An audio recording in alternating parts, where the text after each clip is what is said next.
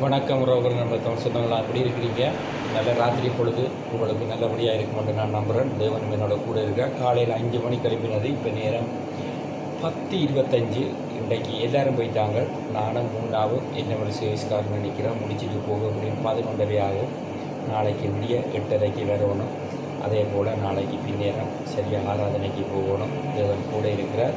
அதே போல் நீங்கள் பார்த்து கொண்டிருக்கீங்கள் எல்லா நாடுகளும் தங்களுடைய பலம் என்னென்று காட்டுறதுக்கு எத்தனித்து கொண்டிருக்குது. ஆனால் பேசக்கூடிய விதத்தில் சிலர் பேசி கொண்டிருக்கிறார்கள்.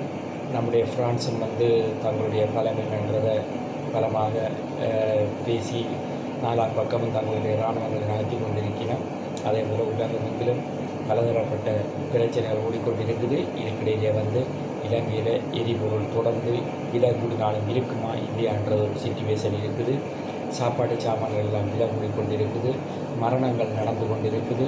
போரினால் நடந்த சம்பவங்கள் இன்னும் சிலர் உயிரோடு இருக்கிறார்களா இல்லையான்றதெல்லாம் இன்னும் கணக்கில் வரவில்லை.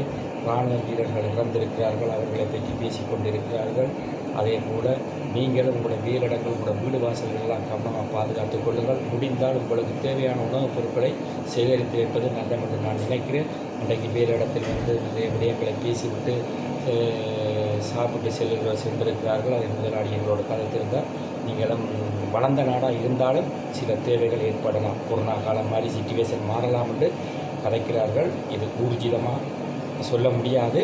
அதனால் உங்களோட கவனத்தில் வைத்துக் கொள்ளுங்கள். அதே போல் உங்களோட போக்குவரத்துகள் உங்களோட வீடு வாசல்கள் உங்களோட தொழிற்சாலைகள் எல்லாத்தையும் ஆசீர்வதிக்க வேண்டும் என்று சொல்லி நான் இப்போ ஜெபம் பண்ணிக்கொள்கிறேன். அதே போல் வன்னி மலைத்துறை யூடியூப் நேற்றைய தினத்தில் நான் எடுத்து பார்த்திருந்தேன்.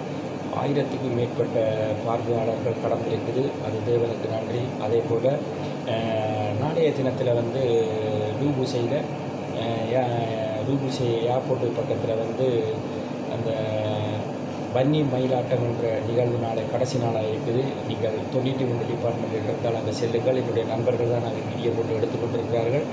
அதே போல் அது உங்களுக்கு நல்லதாக இருக்கும்.